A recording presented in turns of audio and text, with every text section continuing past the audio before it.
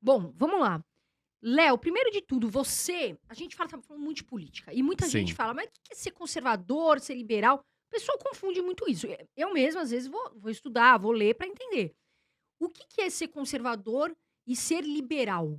Certo.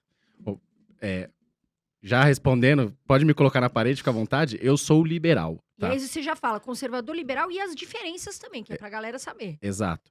Eh, Principalmente nos costumes, liberal é o cara que respeita mais as liberdades individuais. Então você tem direito de fazer tomar suas decisões que você quiser, eh, em relação à comida, pode ser até drogas, essas coisas. E opções sexuais, óbvio.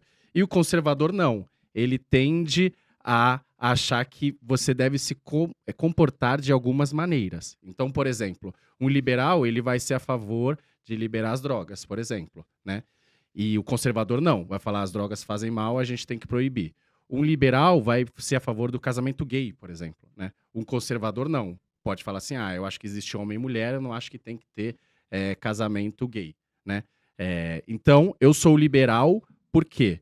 Primeiro porque eu quero tomar as decisões da minha vida, não quero que ninguém fique falando. É porque é muito legal você ser conservador com a vida dos outros, né? Mas quando os outros são conservador com a sua vida, você não gosta, né? Então eu sou liberal por quê? Porque eu quero que eu possa tomar. Eu sei que eu posso tomar as melhores decisões para mim, não precisa o governo ou um outro grupo ficar falando, e eu respeito isso também dos outros. Então os outros podem decidir o que é melhor para a vida deles.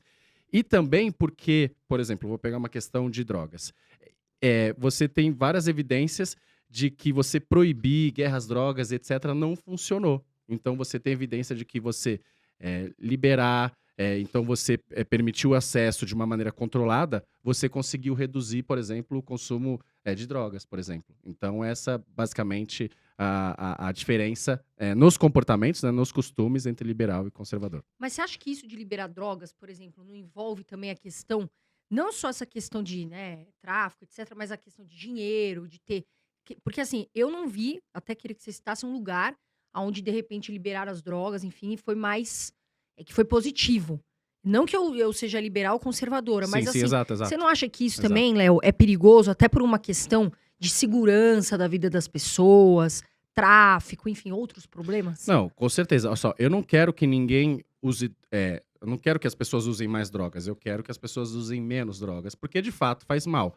A questão é que o modo como você lida com isso pode atrapalhar, na verdade. Então, essa guerra às drogas, na verdade, ela mais atrapalha do que ela ajuda. Por exemplo, eu vou dar um exemplo da lei seca nos Estados Unidos. Né? Chegou lá, o álcool é legalizado hoje nos Estados Unidos, mas uma época a igreja e algumas pessoas falaram assim: isso faz mal para as pessoas, então vamos proibir. Legal, né? Vamos proibir porque álcool faz mal para as pessoas, etc. Aí eles proibiram. O que que acontece?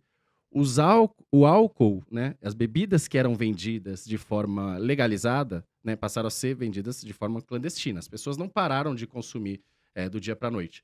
E aí o que que acontece é que antes você tinha empresas, né, com padrão de qualidade produzindo. E daí você não podia mais produzir aquilo. Então elas continuaram produzindo, só que de forma ilegal, com um padrão de qualidade muito baixo. E as pessoas começaram a ter infecção e começaram a morrer pela qualidade do álcool, né? Isso foi um efeito. Outro efeito, as pessoas não podiam mais beber ao ar livre, só que elas continuaram bebendo. Então elas iam beber naqueles bares escondidos, etc.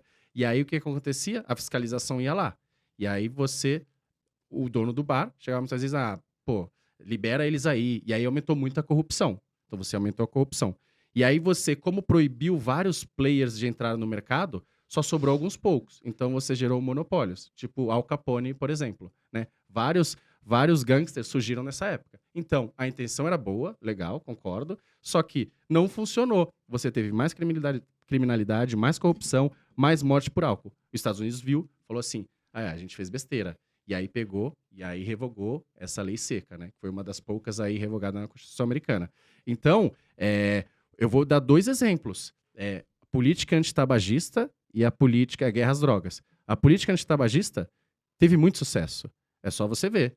Claro que não é evidência, não prova nada, mas ver as pessoas ao nosso redor, provavelmente a gente já está fumando aqui, né? E aqui ninguém está fumando. Mas se você quiser, você pode fumar, né? Sim. Só que você restringiu, você dificultou. você ensinou as pessoas, você alertou no maço de cigarro. Então, se você pega o número de fumantes, caiu muito ao longo do tempo. A gente não pode dizer a mesma coisa sobre as drogas.